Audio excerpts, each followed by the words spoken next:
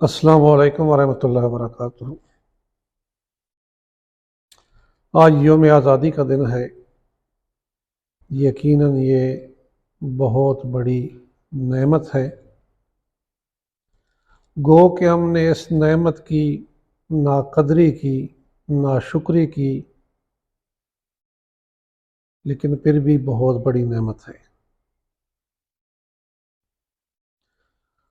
नाकदरी कैसे हुई कि जिस मकसद के लिए इस मुल्क को हासिल किया गया, अभी तक उस मकाम पे, उस मंज़िल पे हम नहीं पहुंच सके। छोटी नेमतों की जब नाशुक्री होती है तो तब भी वबाल आते हैं। मिसाल दे तो हम सुई गैस की मिसाल ले लें। एक वक्त था कि इसका बिल इतना कम आता था कि पूरा दिन चूल्हा जलता रहता, बंद ही नहीं होता था कि भाई माचिस की तीली कौन जलाएगा, ये हल्का हल्का जलता रहे। पानी को हमने ज़ाया किया, नाशुक्री की। अल्लाह की नेमतों की नाशुक्री जब होती है तो वो नेमत छीन जाती है। तो जितनी बड़ी नेमत होती है, उस नेमत की नाशुक्री होगी तो वबाल भी उतना बड़ा ही आता है। ये मुल्क हमने कलमे पे नाम पे लिया कि पाकिस्तान का मतलब क्या, ला इलाहा इल्लल्लाह। ये मकसद तो हमने, लेकिन कलमे का मकसद हम नहीं समझ सके। पाकिस्तान का मकसद तो ला इलाहा इल्लल्लाह, लेकिन ला इलाहा इल्लल्लाह का मकसद किसी के आगे झुकना नहीं, रब को वाहिद मानना। हम माशी लिहाज से भी झुके हुए हैं,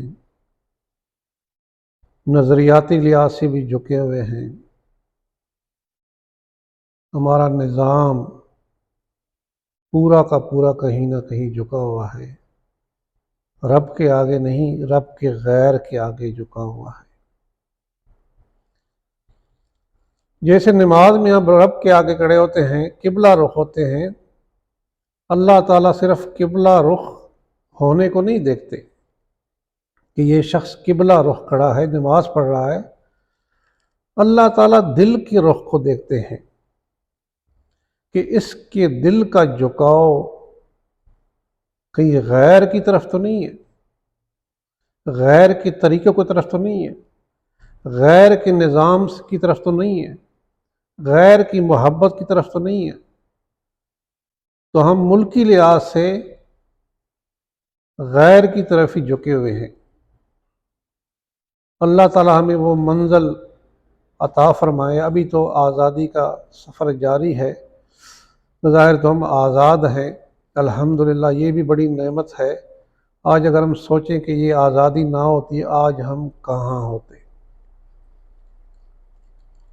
तो इस मुल्क की जो ये नेमत है उसका हम शुक्र अदा करें, हम वो मकसद हासिल करें जिस मकसद के लिए ये मुल्क बनाया गया था। हम वो निज़ाम लाएं जिसका ख्वाब देखा गया था।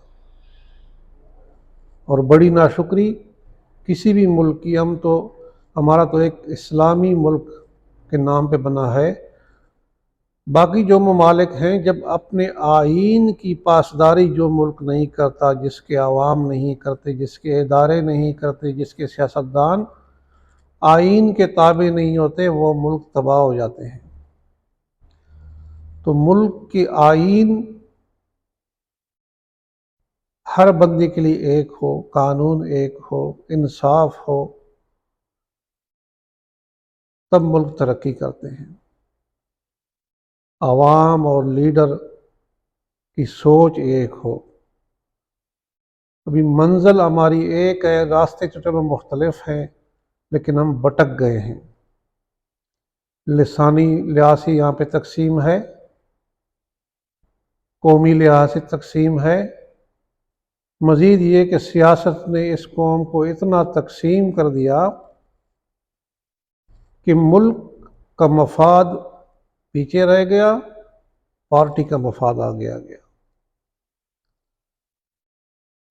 ہمارا ملک اللہ کی نعمتوں سے مالا مال ہے، یہاں پہ پہاڑ بھی ہیں، صحرا بھی ہیں، مرغزار بھی ہیں، ہر قسم کی نعمتیں ہیں، گیس بھی ہے، بجلی ہے، پانی ہے، ہر قسم کی نعمتیں ہیں، لیکن ناشکری کی وجہ سے رب نے چھین لی ہم سے۔ ہمیں اللہ کی طرف رجوع کرنا چاہیے، اجتماعی طور پر استغفار کرنا چاہیے کہ اللہ تعالیٰ ہمارے ملک میں امن لے کے آئے، معاشی ترقی لے کے آئے، غربت ختم ہو جائے، سکون، امن، چین آئے۔